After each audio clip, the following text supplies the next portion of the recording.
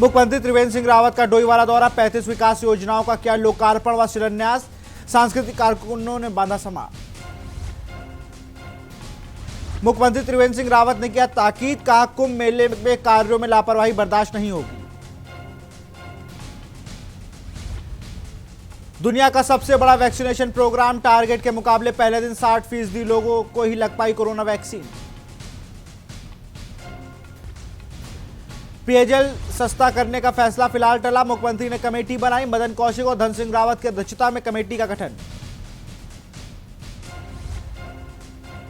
रुड़की में किसानों की खराब हालत, फसल का नहीं मिल पा रहा उचित मूल्य, खेत में ही नष्ट की फसल। मैदानी इलाकों में रविवार से घना कोहरा रहने की संभावना, मौसम विज्ञान केंद्र ने हरिद्वार और उधमसिंह नगर जिले में चेतावनी जारी की। आप देख रहे हैं के न्यूज, खबरों का सारथी। खबर हरिद्वार से, जहां पूर्व सीएम हरीश रावत हरिद्वार पहुंचे। हरीश रावत ने हर की पौड़ी पहुंचकर यहां के जामलोपुर कला में रेल हादसे में मारे गए युवक की आत्मा की शांति के लिए मां गंगा से प्रार्थना की। पूर्व सीएम ने जमालपुर कला जाकर मृतकों के परिजनों से मुलाकात की और हादसे में एक राज्य सरकार को जिम्मेदार बताया। हरिद्वार में कुंभ की आदि तैयारियों पर भी राज्य सरकार पर हमला बोलते हुए कहा कि राज्य सरकार ने धनोपार्जन के खिलाफ के लिए कुंभ कार्यों को लटकाया और केंद्र सरकार ने भी कुंभ के लिए पैसा नहीं दिया। वहीं सीएम त्रिवेंद्र पर चुटकी लेते हुए हरीश रावत ने कहा कि वह पीएम मोदी के सबसे आज्ञाकारी हैं और द्रव्य मूर्ति की सेवा के अलावा राज्य की जनता से उन्हें कोई सरोकार नहीं है।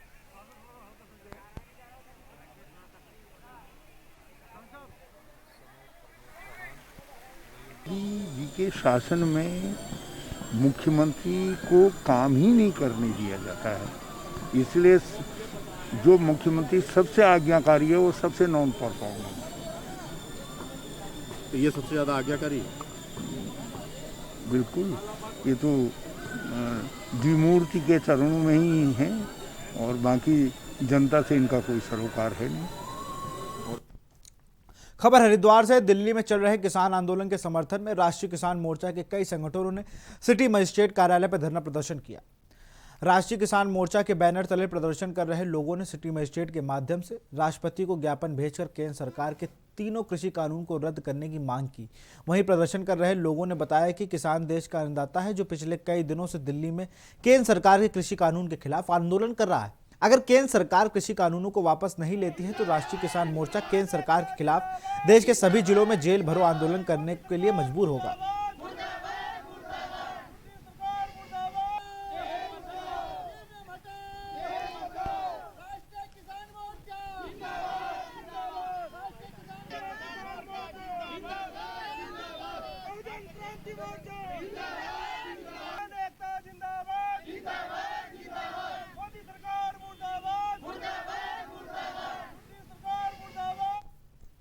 खबर हरिद्वार से, या चंद्र राय चौक पर भगवान श्री चंद्र की मूर्ति हटाने के बाद धरने पर बैठे संतों को मनाने के लिए मेला अधिकारी दीपक रावत पहुंचे। आपको बता दें कि हरिद्वार में होने वाले कुंभ से पहले 16 चौराहों के सौंदर्यीकरण कराया जा रहा है, जिसके तहत 4 दिन पूर्व रातों रात चौराहे से भगवान श्री चंद्र की प्रतिमा हटा दी गई थी, जिसके बाद बड़ा उदासीन अखाड़ा के संत नाराज होकर धरने पर बैठ गए थे। मौके पर पहुंचे जिला अधिकारी दीपक रावत ने संतों से मनाने की कोशिश की और आश्वासन दिया कि जल्द ही भगवान श्री चंद्र की प्रतिमा यहां लगा दी जाएगी।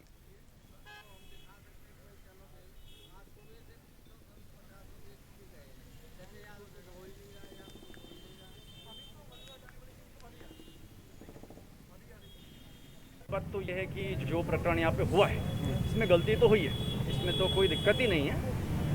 जो भी इस तरह से काम होते हैं उसमें परंपराओं का पूरा सम्मान होना चाहिए। हर चीज़ की एक परंपरा होती है, ये इस तरह का काम नहीं है कि आए चल दिया ख़त्म हो गया। परंपराओं का सम्मान होना चाहिए, ऐसा यहाँ पे नहीं हुआ। इसके लिए जो भी दोषी हैं मैं पता भी लगाऊंगा और किन वजह से हुआ उनका भी पता लगाऊंगा, और यदि मुझे लगता है कि वाकई बहुत ज़्यादा इनका दोष है उसमें आगे कार्रवाई भी करूँगा। लेकिन हमें समाधान की ओर भी बढ़ना चाहिए। अभी हमारे सम्मानित श्रीमंत जी से हमारी बात हुई है और हमने आपको कहा है कि तत्काल यहाँ से मलबा हटाएंगे। जो भी रेनोवेशन का काम होना है उनकी देखरेख में जैसा निर्देशन आप करेंगे। बाजपुर में पशु तस्करों का आतंक देखने को मिल रहा है। यहाँ पशु तस्कर लगातार मवेशियों को घरों से चोरी करने की घटना को अंजाम दे रहे हैं। इतना ही नहीं, पशु तस्कर लोगों पर गोली चलाने से पीछे नहीं हटते हैं। बता दें कि सुल्तानपुर पट्टी के ग्राम जगन्नाथपुर में निवासी नूर हसन ने पुलिस चौकी में तहरीर देकर बताया कि वह अपने परिवार के साथ सो रहा था। देर रात कुछ लोगों ने उसके घर में बंधे 2 मवेशियों को चोरी कर लिया। जब घर में हो रही हलचल को देखने के लिए नूर हसन बाहर आया तो पास के ही एक दुकान के पास 5 लोग पिकअप वाहन में मवेशी को भर रहे थे। वहीं अब पुलिस शिकायत के आधार पर मुकदमा दर्ज कर जांच में जुट गई है।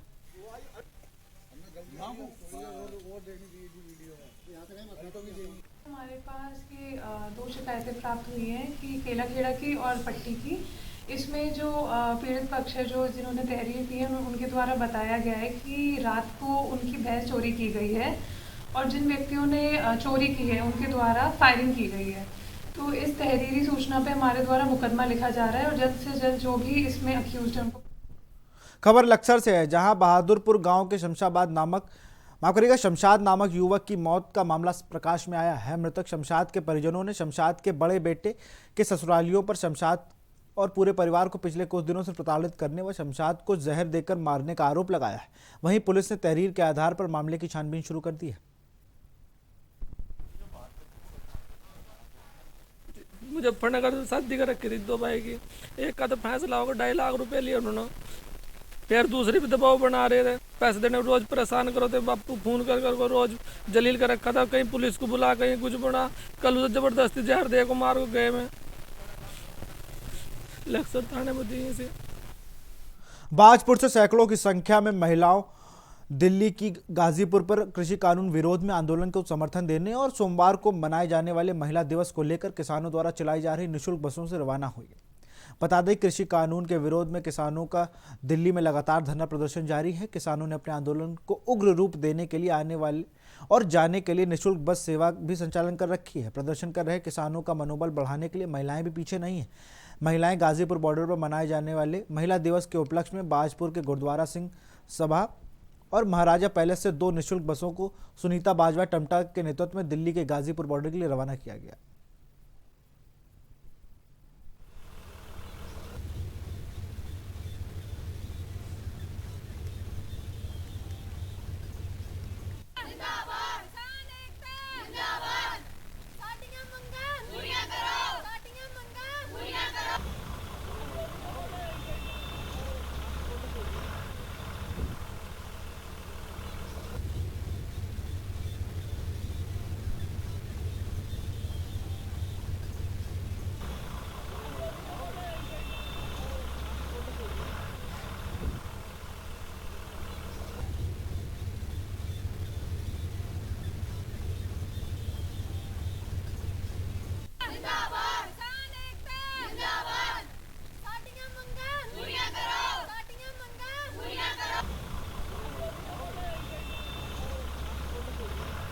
कल 18 तारीख महिला दिवस भी है और इसीलिए सारी महिलाएं एकजुट होकर किसान के समर्थन में उनके जोश को और आगे मजबूती से खड़े रहने के लिए सभी महिलाएं अपना बढ़ चढ़ के सहयोग दे रही हैं। और बस हमारी सरकार से गुजारिश है कि अभी भी आप नहीं जागे तो शर्म की बात है हमारी सरकार के लिए। हम सरकार से कहना चाहते हैं कि जल्द से जल्द ये जो 3 काले कानून कृषि उसके लिए बनाए गए हैं उनको जल्द से जल्द रद्द कर दिया जाए। रुड़की नगर निगम के मेयर गौरव गोयल की मुश्किलें कम होने के नाम नहीं ले रही हैं। मेयर के खिलाफ कांग्रेस सेवा दल के कार्यकर्ताओं ने कोतवाली गंग नहर के बाहर प्रदर्शन किया और रुड़की सीओ को एक ज्ञापन सौंपकर मेयर पर कार्रवाई की मांग की है। दरअसल रुड़की की ही एक महिला ने मेयर पर छेड़छाड़ और अश्लील हरकत करने का आरोप लगाते हुए कोतवाली गंग नहर में तहरीर दी थी। करीब हफ्ता भर बीत जाने के बाद भी पीड़ित महिला की तहरीर पर मुकदमा दर्ज नहीं किया गया। इसी के विरोध में कांग्रेस सेवा दल के कार्यकर्ता कोतवाली पहुंचकर रुड़की सीओ को एक ज्ञापन देकर पीड़ित महिला की तहरीर पर कार्रवाई की मांग की।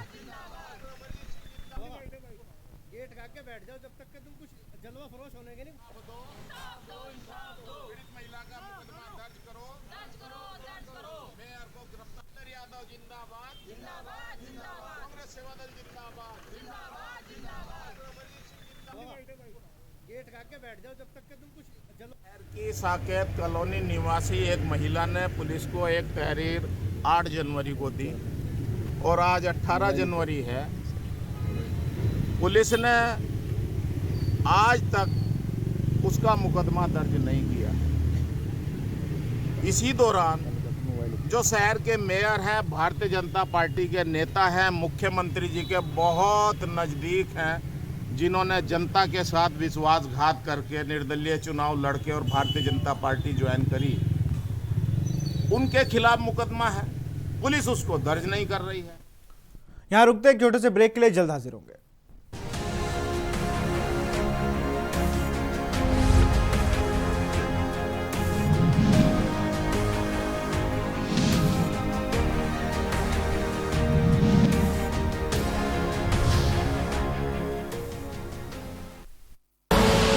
आप देख रहे हैं के न्यूज, खबरों का सारथी। उत्तराखंड के युवाओं के लिए शुरू की गई मुख्यमंत्री स्वरोजगार योजना के सुखद परिणाम दिखाई देने लगे हैं।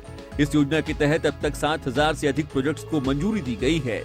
2,200 से अधिक लोगों को 35 करोड़ रुपए से अधिक का लोन स्वीकृत किया जा चुका है। योजना में बैंकों के जरिए 150 प्रकार से अधिक व्यावसायिक गतिविधियों के लिए 25% तक की सब्सिडी पर लोन उपलब्ध कराया जा रहा है। अधिक जानकारी के लिए विजिट करें www.msy.uk.gov.in। आप देख रहे हैं के न्यूज, खबरों का सारथी।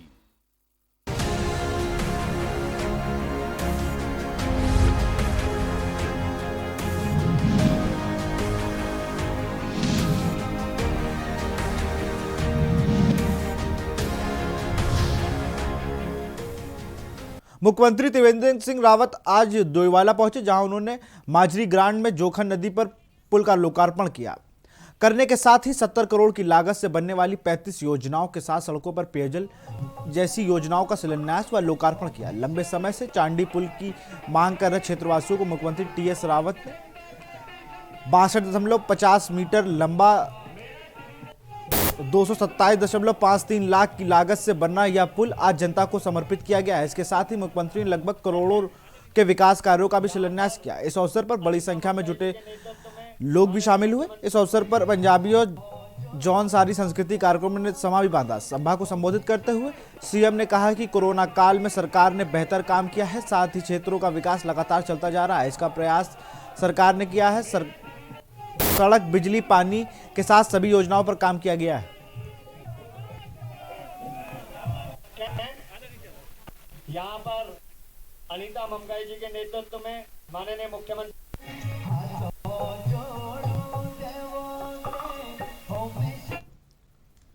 लोगों को यातायात से जुड़े नियमों के प्रति जागरूक करने और सड़क हादसों पर अंकुश लगाने के उद्देश्य को लेकर चलाए जा रहे सड़क सुरक्षा सप्ताह अभियान के तहत इन दिनों 23वां सड़क सुरक्षा सप्ताह मनाया जा रहा है। इस क्रम में विकास नगर में भी पुलिस क्षेत्राधिकारी बीडी उनियाल की अगुवाई में एक जागरूकता रैली निकाली गई, जिसमें स्कूली बच्चों और एनसीसी कैडेट के साथ अन्य सामाजिक संगठनों से जुड़े लोगों ने प्रतिभाग किया।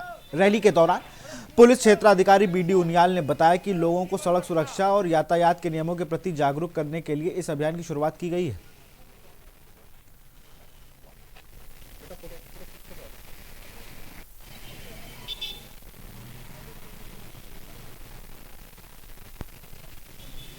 एक आम जनता को मोटर व्हीकल एक्ट के अंदर हमें क्या चीज़ें देखनी है। अपना हेलमेट पहनना, अपनी सुरक्षा के लिए हेलमेट पहनना है, ट्रिपल राइडिंग नहीं करनी है।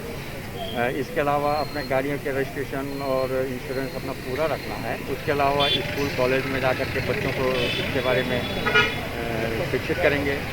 एनजीओ के माध्यम से सेमिनार कराएंगे। तो एक जनता को जागरूक करने के लिए एक ये हमारा बड़ा ये चल रहा है, इसमें कार्रवाई की जाए। खबर रुड़की से, जहां अयोध्या में हो रहे राम मंदिर निर्माण के लिए भाजपा, आरएसएस व हिंदू संगठनों ने मिलकर शहर के निधि समर्पण अभियान के तहत धन संग्रह करने का अभियान को तेज कर दिया है। वहीं इस क्षेत्रीय लोगों भी इस अभियान में बढ़ चढ़कर भाग ले रहे हैं। अयोध्या में श्री राम मंदिर का निर्माण कार्य बड़ी तेजी से चल रहा है, जिसके लिए धन संग्रह करने के लिए कार्यकर्ताओं ने मिलकर शहर के लोगों से धन संग्रह अभियान चला दिया है। के लिए जो धन संग्रह किया जा रहा है, ये हिंदू समाज के लिए एक अपार हर्ष का विषय है, राष्ट्रीय स्वाभिमान का विषय है राम मंदिर। और इससे ज़्यादा खुशी का कोई भी नहीं हो सकता विषय कि राम मंदिर के लिए जो आज हम सब लोगों को बड़ा हर्ष है कि हम सब लोग इस कार्य में लगे हुए हैं। और मेरा तो परम सौभाग्य है कि मेरे पिताजी 1992 में बाबरी मस्जिद का जिस समय ढांचा गिरा था, उस समय अयोध्या गए थे और सैकड़ों संघर्ष किए उस समय के कार्यकर्ताओं ने, और आज जो है पिताजी नहीं है, लेकिन फिर भी मुझे ऐसा सहयोग अवसर मिला कि मैं राम मंदिर को बनाने की भूमिका में सहयोग कर रहा हूँ।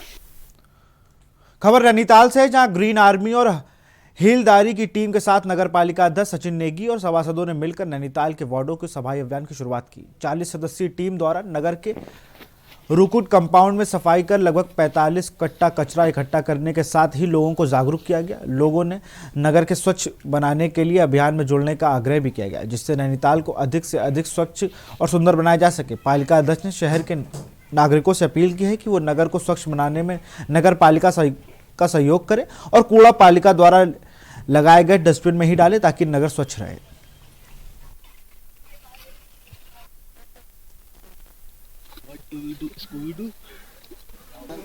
पहले तो मैं धन्यवाद देना चाहूँगा ग्रीन आर्मी की टीम को, हिलदारी नगर पालिका की टीम और जितने भी सभासद में साथी यहाँ पर मौजूद हैं। ये बहुत अच्छा पहल आप लोगों के द्वारा यहाँ पर किया गया है। आप लोगों के प्रेरणा लेते ही हम लोग में भी जागरूकपन आया है और हम भी आज से यहाँ निकले हैं। मैं आशा करता हूँ जैसे हम लोग आज आए हैं, जैसे आपने मुझे बताया कि हर संडे आप लोग क्लीन अप अपनी ओर से करते हैं, तो मैं चाहता हूँ कि केवल आप ही लोग नहीं, जितने मोहल्ले यहाँ पर देख रहे हैं, मोहल्ले वाले हो गया, जितने नगरवासी हैं। प्रदेश के कई जिलों में मौसम विभाग की चेतावनी के बाद जहां शीतलहर व कोहरे की दस्तक का अलर्ट जारी किया गया है, वहीं इससे किसानों का भारी नुकसान हो सकता है, जिसको लेकर के न्यूज संवाददाता रामगोपाल ने किसानों से खास बातचीत की। प्रदेश में जहां शीतलहर और कोहरे को लेकर मौसम विभाग द्वारा 3 दिन का अलर्ट जारी किया गया। हम मौजूद है ग्राउंड जीरो पर एक किसान के खेत में। कुछ किसान हमारे साथ मौजूद हैं, उनसे बात करेंगे। जैसे कि प्रदेश में कई जिलों में जो है शीतलहर और कोहरे को लेकर अलर्ट जारी किया गया है, तो किसानों को किस तरह की समस्या का सामना करना पड़ सकता है? किसानों को बहुत बड़ी समस्या का सामना करना पड़ सकता है। अगर ओलावृष्टि होती है तो हमारी फसलें, कच्ची फसलें, गेहूँ की फसलें, सरसों की फसलें, हमारा गन्ना भी है, लगभग ओलावृष्टि से तो हमारा गेहूं और सरसों तो हमारी लगभग बर्बादी हो जाएगी। और इसका अच्छा खासा इसका प्रभाव किसानों पर बहुत कुप्रभाव पड़ेगा। इसका कुप्रभाव पड़ेगा तो कहीं ना कहीं सरकार से क्या कुछ उम्मीद रखते हो मुआवजे को लेकर के? अगर जब ओलावृष्टि होती है और फसल नष्ट हो पाती है तो क्या कुछ मुआवजे को लेकर सरकार से तो कोई उम्मीद नहीं है, क्योंकि पहले भी ओलावृष्टि हुई है, पहले भी सरकार ने कहा मुआवजे देंगे, लेकिन किसी किसान को आप बता दें, कोई किसी किसान को अगर किसी ने राज्य सरकार ने कोई चेक दिया हो या कोई आर्थिक सहायता दी हो, हमें तो कोई उम्मीद नहीं है सरकार से।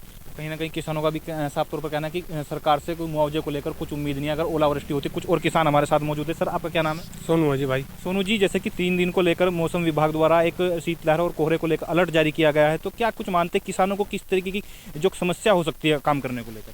भाई काम करने को तो समस्या हो ही रही, अगर जो ओला पड़ेगा या ज़्यादा होएगा तो काम, या गेहूँ की और सरसों की फसल तो बिल्कुल नष्ट हो जाएगी। सरसों की फसल नष्ट हो जाएगी, गेहूं की फसल नष्ट। तो कहीं ना कहीं जो किसानों का भी साफ तौर पर कहना है कि जहां मौसम विभाग द्वारा 3 दिन का अलर्ट जारी किया गया है, तो उनकी फसलों को लेकर यदि ओलावृष्टि होती है तो उनकी फसलें नष्ट हो सकती हैं। कैमरा पर्सन के साथ रामगोपाल, के न्यूज इंडिया, लक्सर। पूर्व केंद्रीय मंत्री मेनका गांधी का मुख्यमंत्री त्रिवेंद्र सिंह रावत को भेड़ एवं ऊन विकास बोर्ड की अनियमितता मामले में पत्र लिखने के बाद प्रदेश की राजधानी में घमासान मचा हुआ है, जिसको लेकर उत्तराखंड क्रांति दल व युवा प्रकोष्ठ केंद्रीय अध्यक्ष राजेंद्र बिष्ट की अध्यक्षता में राज्य सरकार द्वारा योजना आयोग के उपाध्यक्ष कैबिनेट स्तर पर पद पर भारी राज्य के विनय रोहिला के लिए भेड़ एवं ऊन विकास बोर्ड में 3000 करोड़ के घोटाले पर सीबीआई जांच न कराए जाने को लेकर मुख्यमंत्री का पुतला दहन किया गया है।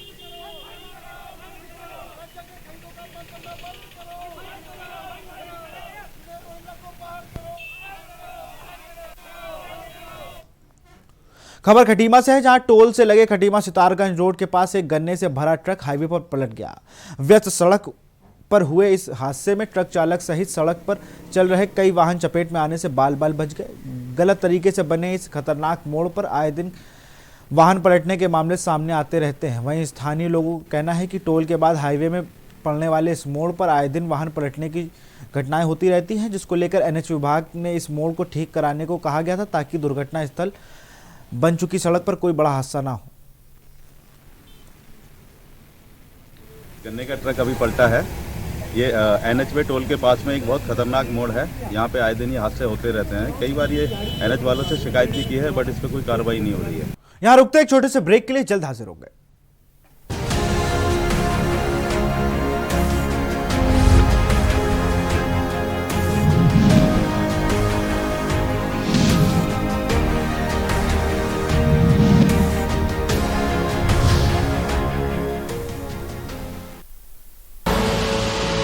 देख रहे हैं के न्यूज, खबरों का सारथी।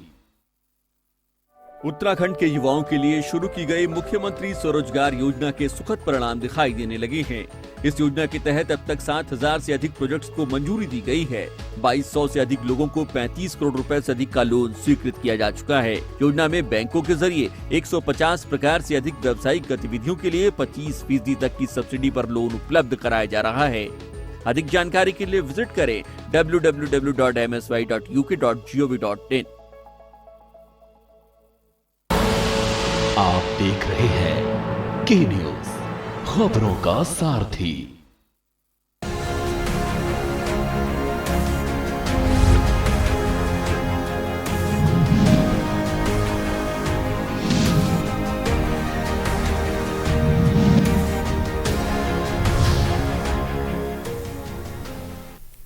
ब्रेक के बाद आपका स्वागत है। खबर देहरादून से है, जहां उत्तराखंड क्रांति दल ने पत्रकारों से बढ़ते हमले के खिलाफ जमकर आक्रोश व्यक्त किया है। उत्तराखंड क्रांति दल ने आरोप लगाया है कि उत्तराखंड में भ्रष्टाचारियों और भूमाफियाओं का सरकार को संरक्षण प्राप्त है, इसलिए पुलिस प्रशासन एक और तो पत्रकारों के खिलाफ बिना जांच पड़ताल के ही मुकदमा दर्ज कर पत्रकारों का दमन करना चाहती है। वहीं दूसरी ओर पत्रकारों पर हमला करने वालों के खिलाफ कार्रवाई करने में हमेशा उदासीनता बरतती है। आपको बता दें कि पिछले दिनों पत्रकारों की टीम पर भूमाफिया द्वारा हमले किए जाने के बावजूद 24 घंटे के पश्चात भी हमलावर गिरफ्तार नहीं किए गए थे। इस पर उत्तराखंड क्रांति दल के नेता शिव प्रसाद सोमवाल ने कहा कि वर्तमान दौर में पत्रकारिता में दमन को लेकर भाजपा सरकार के काले अध्याय के रूप में दर्ज किया जाएगा।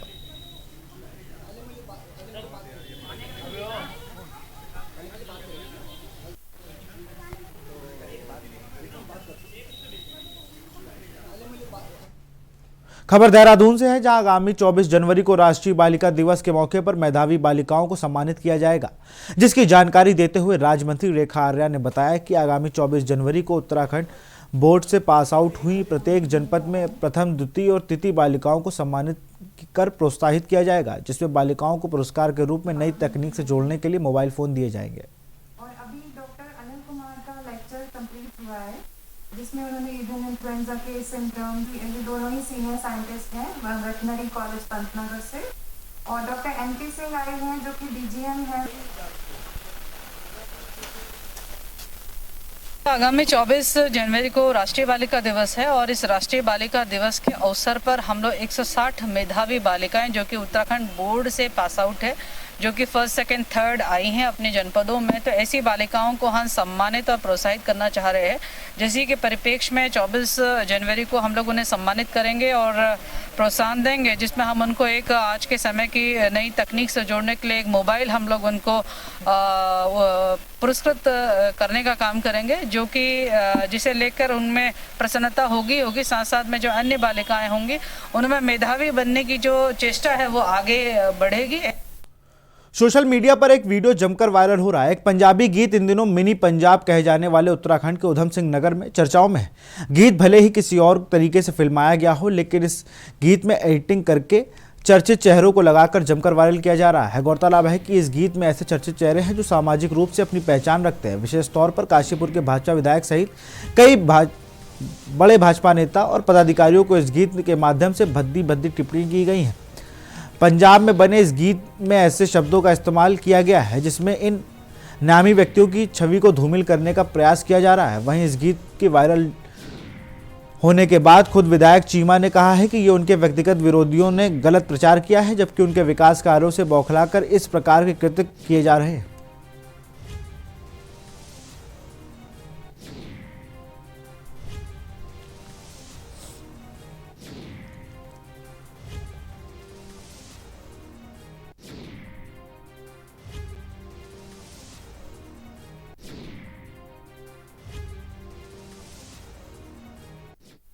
किसी को हमेशा अच्छा अच्छा अच्छा कहते रहो तो उसके अच्छे का भी स्वाद जाता रहता है, तो कभी कभी बुरा भी कहना चाहिए। तो इसलिए इन्हीं सज्जनों के दिल और दिमाग में हो सकता मैं किसी विषय पर बुरा हूँ, लेकिन मुझे तो ऐसा कुछ महसूस अपने जीवन में नहीं हुआ कि मैंने किसी का बुरा किया हो या किसी के लिए बुरा सोचा। आज 20वां साल लग गया मुझे यहाँ के विधायक रहते हुए अगर मैं इतना नालायक होता तो मुझे चौथी बार काशीपुर की जनता विधानसभा में क्यों भेजती। इसमें उद्देश्य तो कोई खास नहीं है, क्योंकि अपनी विचारधाराएं हैं। मैं अपनी विचारधारा के साथ भारतीय जनता पार्टी में रह रहा हूं, और सिर्फ उन्होंने जो उस वीडियो में इंगित किया गया वो भारतीय जनता पार्टी के कुछ दो चार जो लोग कार्य कर रहे हैं उनको इंगित किया है। लेकिन मैं इतना कह देना चाहता हूं कि समाज के बीच में रहकर मैं समाज की सेवा करता हूं, और आज तक निगम में जहां 10 साल से हूँ, तो मेरा ये वहाँ का खुला चैलेंज है। मिशन 2022 में मुख्यमंत्री का चेहरा घोषित ना होने पर उत्तराखंड प्रदेश में कांग्रेस एक बार फिर गुटबाजी का शिकार होती नजर आ रही है। कांग्रेस कार्यकर्ताओं ने पूर्व मुख्यमंत्री हरीश रावत को मिशन 2022 में प्रदेश का मुख्यमंत्री देखना चाहती है, तो वहीं प्रदेश अध्यक्ष सहित कई कांग्रेस नेता हरीश रावत के बिना ही मिशन 2022 को फतेह करने की चाह रख रहे हैं। इसमें कांग्रेस खेमे में दो फाड़ दिखते हुए नजर आ रहे हैं। कांग्रेसियों ने कार्यक्रम में पोस्टर से हरीश रावत का फोटो गायब है, जिससे कुछ कांग्रेस कार्यकर्ताओं में भारी रोष है। वहीं कांग्रेस वरिष्ठ नेता रंजीत रावत द्वारा हरीश रावत पर बयानबाजी किए जाने को लेकर कांग्रेस कार्यकर्ताओं में भारी रोष उत्पन्न हो रहा है। ये कहना चाहूँगा, मेरे बड़े भाई हैं रंजीत रावत जी, और सल्ट से विधायक रहे हैं, बहुत अच्छा उनका कार्यकाल भी रहा है, और मैं समझता हूँ माननीय हरीश रावत जो हमारे पूर्व मुख्यमंत्री रहे हैं, उनके सानिध्य में उन्होंने जब उनका कार्यकाल था पूरी जिम्मेदारी से अपना कार्यभार संभाला, और मैं समझता हूँ पूरे प्रदेश में उन्होंने कार्य किया है। क्योंकि हमारे जो माननीय प्रभारी जी है श्री देवेंद्र यादव जी, उन्होंने अभी एक प्रेस कॉन्फ्रेंस में कहा था, जब पिछली बार यहाँ एक प्रोग्राम था, उन्होंने कहा था कि भाई हरीश रावत जी जो सीनियर नेता है और उनके बगैर कांग्रेस पार्टी में कुछ नहीं है। जी सीनियर नेता है, और मैं बधाई दूंगा कि जो 2017 में हमारे विधायक अपनी विधानसभा से हार कर आए, फ्लॉप विधायक कहना चाहिए, उनको रावत जी ने अपने कार्यकाल में डिप्टी सीएम बनाकर रखा। कहना चाहूँगा आपके मंच के माध्यम से माननीय पूर्व विधायक जी को, क्या 2017 से आप 17 तक रावत जी के साथ रहे, बराबर के भागीदार रहे, डिप्टी सीएम रहे, क्या पूरा दोष आपने जो है हरीश रावत जी पर ही लगा दिया? क्या इस हार में जो 2017 में हमारी 11 सीटें, क्या उसमें आपकी बराबर की जिम्मेदारी नहीं थी? रुड़की के रामपुर गांव में उस समय हड़कंप मच गया जब बाइक सवार अज्ञात बदमाशों ने एक बुजुर्ग को गोली मार दी और मौके से फरार हो गए। वहीं गोली की आवाज सुनकर पास के लोगों की भीड़ इकट्ठा हो गई और घटना की सूचना पुलिस को दी गई, जिसके बाद घायल बुजुर्ग को उपचार के लिए अस्पताल ले जाया गया। इरफान सन ऑफ हमीद, जिनकी उम्र लगभग 70-75 वर्ष है, उनको किसी ने गोली चलाई है। डॉक्टरों के द्वारा उनकी हालत खतरे से बाहर बताई गई है और आस पड़ोस के लोगों से जानकारी एकत्रित की जा रही है। प्रथम दृष्टया लोगों का मानना है कि शायद मिस्टेकन आइडेंटिटी के कारण उन पर यह गोली चली हो सकती है, लेकिन सभी संभावित पहलुओं से उक्त घटना के बारे में जानकारी जुटाई जा रही है और साथ ही संकलन की कार्रवाई अमल में लाई जा रही है। अब धीरे धीरे इंतजार खत्म होने लगा है। कोरोना की वैक्सीन लगने का काम लालकुआं में 18 तारीख को शुरू होगा और यह टीकाकरण दूसरे चरण में लालकुआं के प्राथमिक स्वास्थ्य केंद्र में शुरू होगा। यह वैक्सीन सिर्फ स्वास्थ्य कर्मियों को ही लगेगी जिनका रजिस्ट्रेशन हुआ होगा। इस सब की भागदौड़ एसडीएम ऋचा सिंह लालकुआं में अपने हाथों पर ले रखी है और स्वास्थ्य के केंद्र में विकलांगों के लिए रैंप बनाई जा रही है, जिसमें कोई विकलांग व्यक्ति वैक्सीन लगवाने आए तो उसको किसी तरह की दिक्कत ना करनी पड़े। और हमारे लालकुआं में 18 तारीख डेट फिक्स हुई है जो यहाँ वैक्सीनेशन किया जाएगा, तो उसकी तैयारियों के कारण मैंने यहाँ बूथ का निरीक्षण अपने किया है और जो भी चीज़ें हैं उनको मैं देख रही हूँ कि इनको हमारी किस तरीके की कोई कमी इसमें ना रह जाए। फिलहाल इस बुलेटिन में इतना ही। देखते रहिए के न्यूज़ इंडिया। नमस्कार।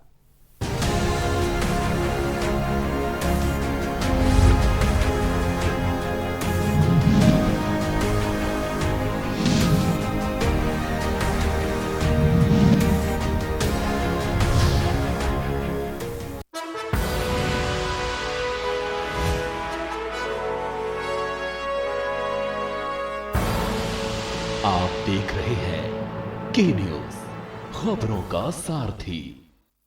उत्तराखंड के युवाओं के लिए शुरू की गई मुख्यमंत्री स्वरोजगार योजना के सुखद परिणाम दिखाई देने लगे हैं।